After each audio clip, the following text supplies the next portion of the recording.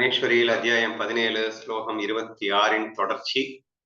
சத் அப்படிங்கிற அந்த மந்திரத்தினுடைய பெருமையை வர்ணித்துக் கொண்டு வருகிறார். அதுல ஏற்கனவே இந்த சத் சப்தத்தினுடைய இம்பார்ட்டன்ஸ் என்னன்றதை சொல்லி முடிச்சுட்டாங்க. சத் சப்தத்துக்கு இன்னொரு முக்கியமான ஒரு பிரவாகம் இருக்கு அப்படிங்கிறது தான் இப்ப நம்ம படிக்க போறோம். முதல் அட்வான்டேஜ் ஆஃப் சத் சப்தம் அப்படின்னா, அதாவது கர்மம் செய்கின்றவனை பிரம்மத்தோடு ஐக்கியப்படுத்தி விடக்கூடிய ஒரு அற்புதமான மந்திரம் சத் மந்திரம் அப்படின்னு சொல்லியிருந்தாங்க. அதுக்கு ஒரு அட்வான்டேஜ். இன்னொரு அட்வான்டேஜ் என்னன்றதை நான் இப்ப படிக்க போறேன். இன்னொரு அட்வான்டேஜ் என்னன்னா, நீங்க ஓம் தத் சத் எப்பன்றது எப்ப பிரயோகம் பண்ணணும்னு சொன்னோம்னா, ஓம் அப்படிங்கிறது ஸ்டார்டிங்ல, அது எப்ப பலனை கொடுக்கணும் அப்படின்ற ஒரு ஸ்டேட் வரும் இல்லையா, இது பலனை கொடுக்கக்கூடிய அந்த ஸ்டேட் வரும்போது தத் அப்படிங்கிற ஒரு மந்திரத்தை உச்சரிக்கணும் அப்படின்னு சொன்னோம். சரணாகதி பாவத்துல உச்சரிக்கணும் அப்படின்னு சொன்னோம். நெக்ஸ்ட் அந்த கர்மம் முடிகின்ற தருவாயில், சரியா, பலனை கொடுக்கின்ற நேரத்தில் முடிந்து விட்ட தருணாயில், அந்த முடியும் போது சத் சப்தம் உபயோகப்படணும் அப்படின்னு. இப்போ கர்மம் நம்ம ஒரு கர்மத்தை ஸ்டார்ட் பண்றோம், அது சக்சஸ்ஃபுல்லா முடியலாம், கடைசியில கர்மம் முடியாம ஃபெயிலும் ஆகலாம். ரெண்டு விஷயம் இருக்குல்ல. சோ ஃபெயில் ஆனாலும் சக்சஸ் ஆனாலும், சக்சஸ் அண்ட் ஃபெயிலியர் அது part and parcel of the karma, சரியா. செய்யும் செயல்கள்ல முடிவு ஏதோ ஒண்ணுதான் வரும். ஆனா நீங்க ஓம் தத் சத் அப்படின்னு சொல்லக்கூடிய இந்த மந்திரம் இந்த கர்மத்தை இறைவன்ட்ட ஐக்கியப்படுத்துவதற்காக நீங்க சொல்றீங்க அப்படின்றப்போ, இந்த சத் சப்தம் அப்படிங்கிறது உங்களை பிரம்மத்தோடு ஐக்கியப்படுத்துறதோட மட்டும் இல்ல, அந்த செயலை சக்சஸ் பண்ணியும் கொடுக்கும் அப்படிங்கிறாருங்க. அனதர் அட்வான்டேஜ், சரியா. சோ செகண்ட் சத் சப்தத்திற்கு ரெண்டு அட்வான்டேஜ். ஒரு அட்வான்டேஜ் உங்களை பிரம்மத்தோடு ஐக்கியப்படுத்தி கொடுக்கும். இன்னொரு அட்வான்டேஜ் இந்த செய்கின்ற செயல் ஃபெயிலூர் ஆகாம, ஃபெயில் ஆகின்ற அந்த செயலாகட்டும் அதை சக்சஸ்ஃபுல்லாக மாத்தி கொடுக்கக்கூடிய தன்மை இந்த சத் சப்தத்திற்கு உண்டு அப்படிங்கிறத நான் படிக்க போறேன், கேளுங்க. இன்னும் மற்றொரு விதமாகவும் சப்சப்தம் சாத்வீக கர்மத்திற்கு பெருமை உண்டாக்கி வைக்கிறது. அதை சொல்ல போகிறேன், கேள்வி. அவர்கள் அதிகாரத்துக்கு தகுந்த சத்கர்மம் சரியாகவே செய்து வைக்கப்பட்டு வரும்போது ஏதேனும் ஒரு அங்கத்தின் அனுஷ்டானத்தில் அது குறைவுபட்டு போயிற்றானால், சரீரத்திற்கு ஒரு கால் குறைவான, அதாவது நம்ம ஆக்ஷன்ஸ் பண்ணிட்டே வரோம், கர்மாக்கள் கரெக்டா பண்ணிட்டே வரும்போது சில தவறுகள் நேரத்தான் நேரும், சரியா. தப்பே இல்லாம பண்ணிடணும் அப்படின்றதெல்லாம் முடியாது. சில தவறுகள் நேர்வதற்கான வாய்ப்பு இருக்கிறது. சோ அந்த மாதிரி ஒரு தவறு நேரும் போது அப்படிங்கிறதுக்கு எக்ஸாம்பிள் என்னென்ன சொல்றாரு அப்படின்னா, சரீரத்திற்கு ஒரு கால் குறைவாய் போனால் அதன் சஞ்சாரம் தடைபட்டு போவது போலே.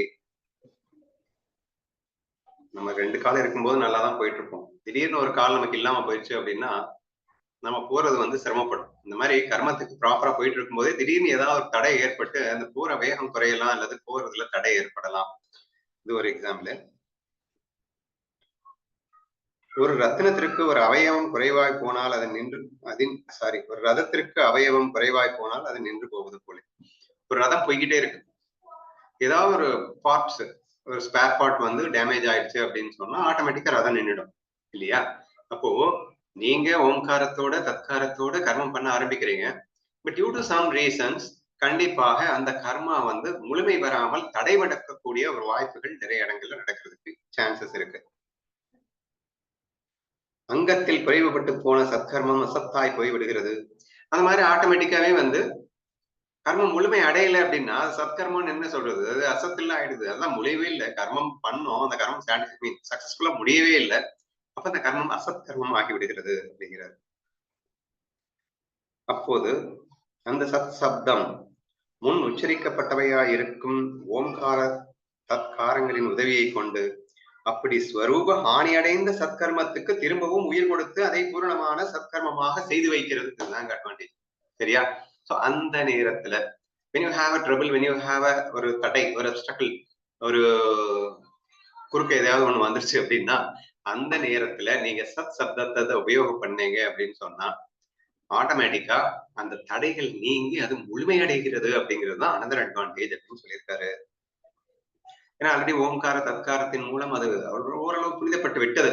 But unfortunately due to some அப்ஸ்ட்ரக்கிள்னால அது தடையா இருக்கலாம், அது சத் சப்தத்துல அதுவும் தடை நீங்கிவிடும் அப்படின்னு சொல்றாரு.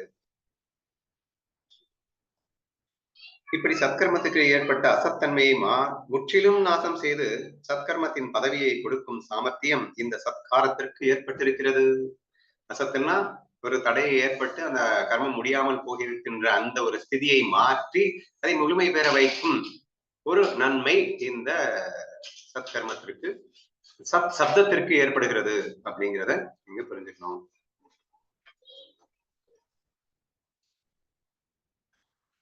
திவ்யமான ஒரு ஔஷதம் வியாதியஸ்தனுக்கு உதவுவது போலே சத்ருக்கள் முன் அபஜயம் அடைந்த ஒருவனுக்கு ஒரு பலவானுடைய சகாயம் உபகரிப்பாக இருப்பது போல. Just helping tendency. ஒரு அப்டக்கிள் வந்ததுன்னா யாராவது ஹெல்ப் பண்ணாதான் நம்ம அந்த அப்டக்கிளை ரிமூவ் பண்ண முடியும் இல்லையா? அந்த மாதிரியான அப்டக்கிள் ரிமூவராக இந்த சத் சப்தம் நமக்கு யூஸ் ஆகுது அப்படிங்கிறார். ரெண்டு எக்ஸாம்பிள். ஒரு திவ்யமான ஔஷதம் வியாதியஸ்தனுக்கு உதவுவது போல, அல்லது ஒரு பலவான் நமக்கு ஹெல்ப் பண்றது போல. சத் சப்தமானது அங்கஹீனமான சத் கர்மத்திற்கு உதவி செய்து வைக்கிறது. இல்லாவிட்டால் இப்படியும் நேரலாம். சோ இது வரைக்கும் ஒரு விஷயத்த சொல்லி முடிச்சுட்டாரா? இப்போ அப்டக்கிள்னால ஒரு தடையினால நமக்கு நின்னு போற கர்மம் முடித்து வைக்கக்கூடிய சாமர்த்தியம் அந்த மந்திரத்துக்கு இருக்குன்னு சொன்னாரு. இப்போ இன்னொரு வேற மாதிரியும் நேரலாம். அது என்ன எக்ஸாம்பிள் சொல்றாருன்னா,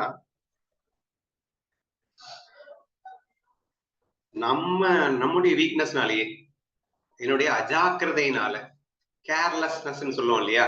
சோ நான் ஒரு கர்மாவை ரொம்ப கேர்ஃபுல்லா பண்ணிட்டு இருக்கிற வரைக்கும் கர்மா கரெக்டா நடந்துகிட்டே இருக்கும்.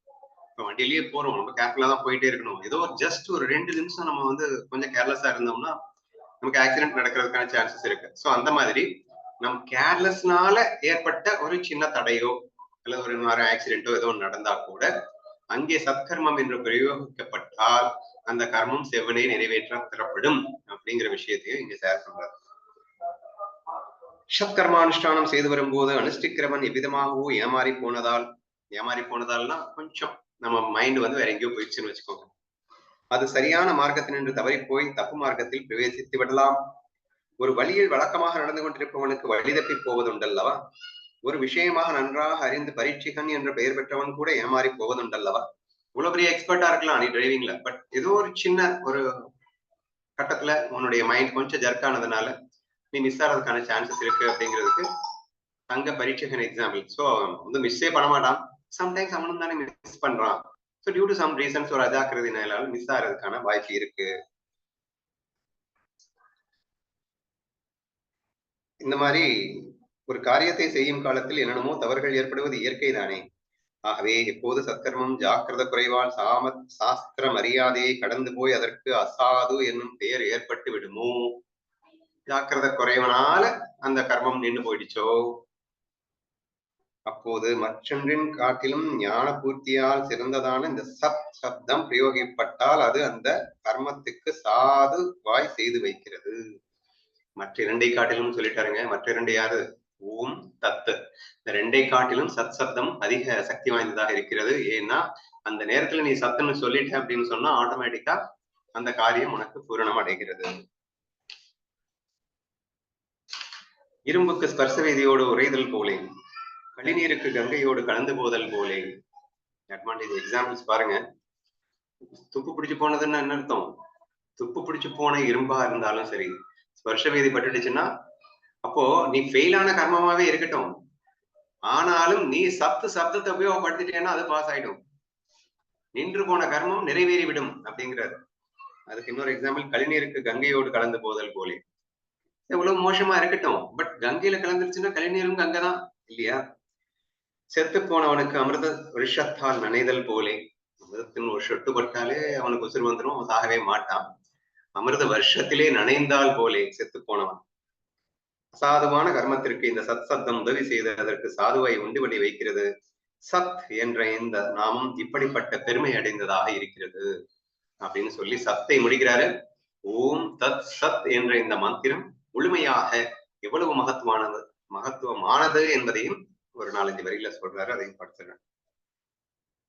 இங்கே வர்ணிக்கப்பட்டுள்ள மூவட்சரங்களால் அமைந்த பிரம்ம நாமத்தின் பெருமையை நன்றாக அறிந்து கொண்டு உன் மனசிலே விசாரம் செய்வாயானால் இந்த நாமமே பிரம்மம் என்று நீ உணர்வாய்.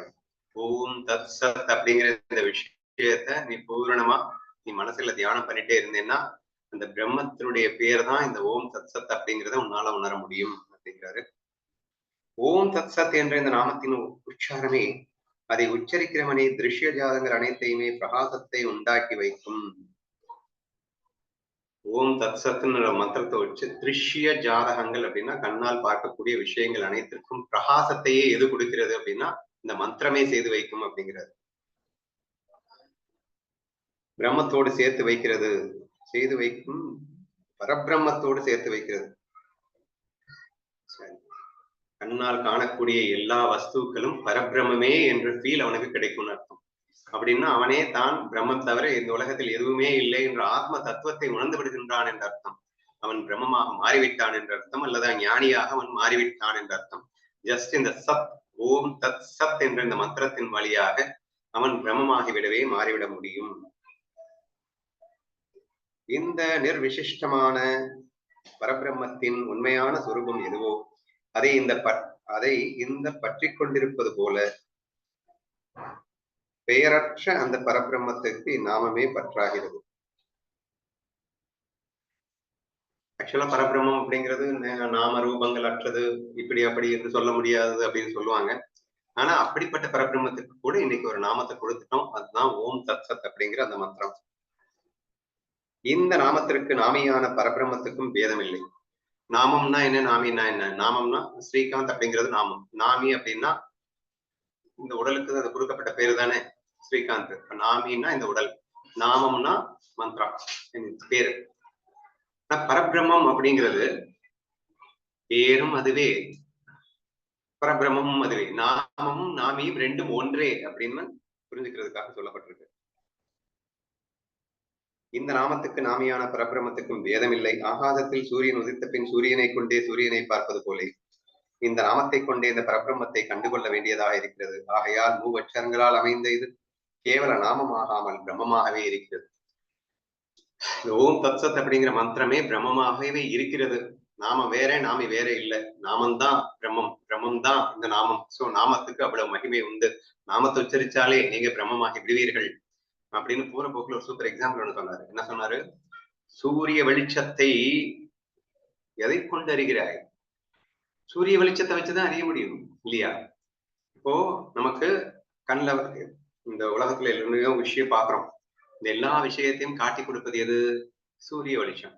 சூரிய வெளிச்சம் வந்து அந்த பொருள்ல பட்டு அது ரெஃப்ளெக்ட் ஆகி நம்ம கண்ணுக்குள்ள போகும்போது அது நம்ம கண்ணுக்கு தெரியுது அப்படின்னு பிசிக்ஸ் சொல்லுது. இப்ப அந்த சூரிய வெளிச்சம் படலை அப்படின்னா இரவு நேரத்துல பொருள் இருக்கு, ஆனா சூரிய வெளிச்சம் பட்டு நம்ம கண்ணுக்கு ரெஃப்ளெக்ட் ஆகல, அதனால நம்ம கண்ணுக்கு ஒண்ணுமே தெரியல அப்படிங்கிறது சயின்ஸ். சரியா? இந்த எக்ஸாம்பிள் பாருங்க, அவர் அழகா சொல்றாரு. சூரிய வெளிச்சத்தை நீ பார்க்கணும். சூரிய வெளிச்சத்தை எதை வச்சு பாக்குறது? சூரிய வெளிச்சத்தை கொண்டே பார்ப்பது போலே. ஏன்னா இருட்டுல வந்து சூரிய வெளிச்சமும் இருக்காது, சூரிய வெளிச்சத்தை பார்க்கவும் முடியாது. எதை பார்க்கணும்னாலும் சூரிய வெளிச்சம் வேணும், ஆனா சூரிய வெளிச்சத்தை பார்க்கணும்னாலும் சூரிய வெளிச்சம் தான். அந்த மாதிரி இங்கே அந்த பரபிரம்மத்தை பார்ப்பதற்கு பரபிரம்மே வேண்டியதாக இருக்கிறது. அது எப்படி பாக்குறது அப்படின்னா, ஓம் தத் சத் என்பதும் பரபிரம்மம் தான், பரபிரம்மமும் பரபிரம்மம் தான், நாமமும் நாமியும் ஒன்றுதான். அப்ப ஓம் தத் சத் என்ற மந்திரத்தின் வாயிலாக பரபிரம்மத்தை நீ கண்டுகொள். சூரிய வெளிச்சத்தின் வாயிலாக சூரிய வெளிச்சத்தை நீ கண்டுகொள் அப்படின்னு சொல்ற மாதிரி ஓம் தத் சத் என்ற மந்திரத்தின் வாயிலாக பிரம்மத்தை கண்டுகொள். இரண்டும் ஒன்றே அப்படின்னு சொல்லி இந்த ஸ்லோகம் நிறைவடைகிறது.